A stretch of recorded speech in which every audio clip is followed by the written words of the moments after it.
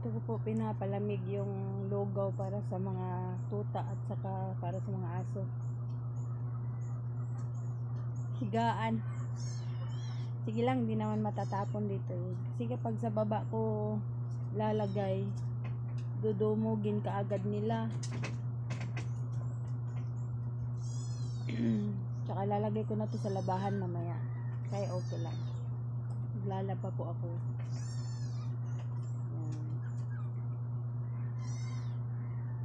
Yan po ang itsura ng nagpupuyat sa kare-reply sa mga comments.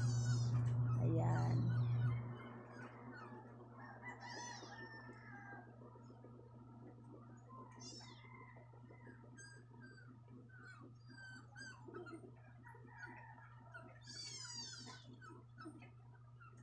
Mamaya. May tuta talaga na makulit eh.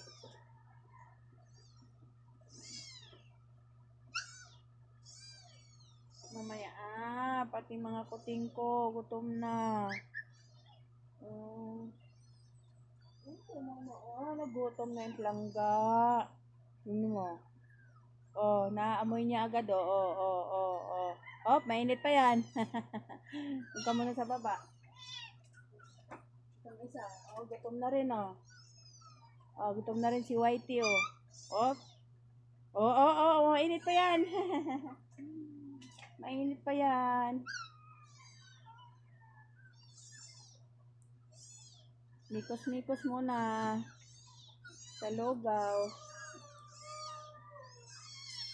Ayan, mikos-mikos. Mikos-mikos. Para lumamig. Kaya minsan guys, sa gabi pa lang naglulugaw na ako para sa kanila kasi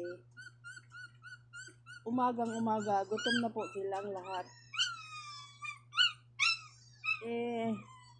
Hindi po ako nakapaglugaw kagabi.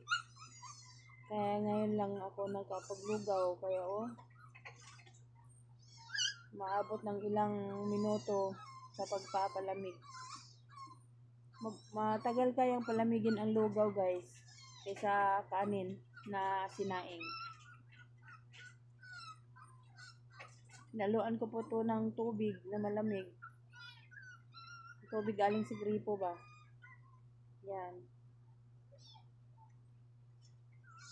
Yan.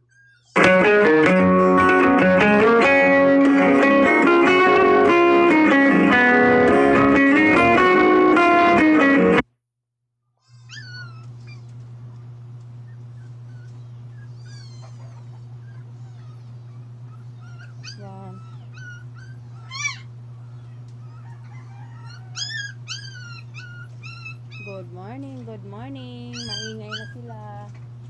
Ang iingay po nila. Dahil mainit pa ang kanilang pagkain. Laba-laba po tayo ngayon.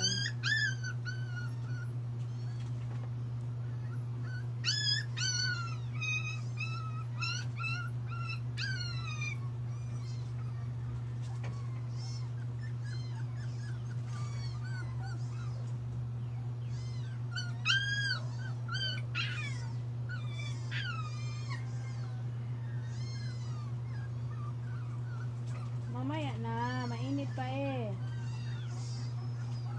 Init pa kaayo.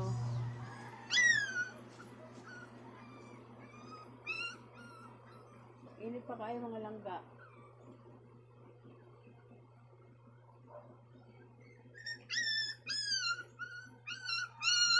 Sardinas po ulam nila kasi walang tamban ngayon eh. Dahil sa bagyo, ayan o, sardinas. Sauce lang ang ibinahog ko dito at saka isang hiwa na sardinas. Mamaya naman po yung iba.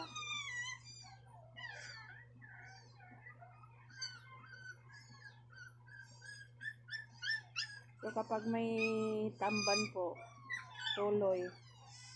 Ayan, yun po ang inaulam nila. Nagkakagulo na yung mga alaga ko.